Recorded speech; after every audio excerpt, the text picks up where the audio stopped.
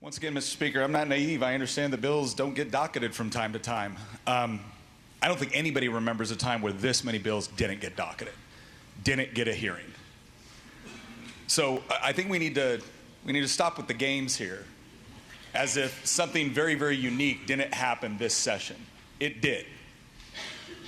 And to Delegate Early's point, if you're going to say you're not going to docket bills that are just going to get vetoed by the governor, I got bad news for you.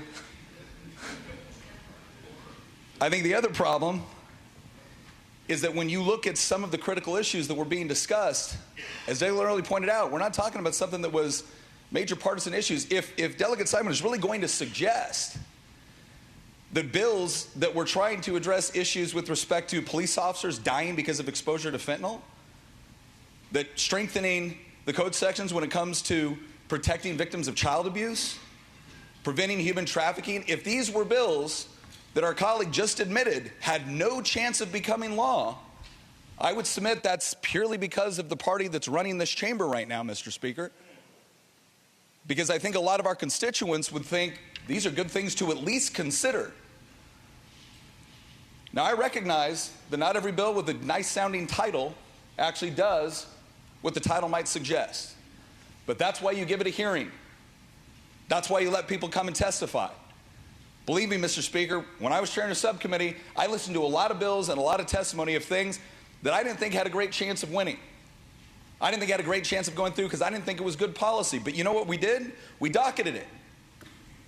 Because unlike some members on the other side of the aisle who seem to think they're the only ones that represent anybody down here, I recognize that there's times where I might be wrong on a particular piece of legislation. And hearing testimony is what actually gives you the opportunity to maybe come to that conclusion. But at the very least, I'm going to make sure that somebody, especially somebody that might have been deeply impacted by something, is going to have the opportunity to talk about it.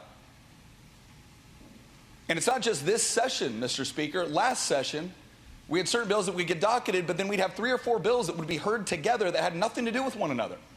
And what it did was significantly limit the amount of time that people, oftentimes victims of crime, could come in and testify about their own experiences. So I appreciate that the delegate has always been very good about making sure that we have enough time to get through all of our business. But if the way that the other side of the aisle is going to get through all of the business is by just refusing to hear bills, then let's stop pretending that this is a deliberative body. Thank you, Mr. Speaker.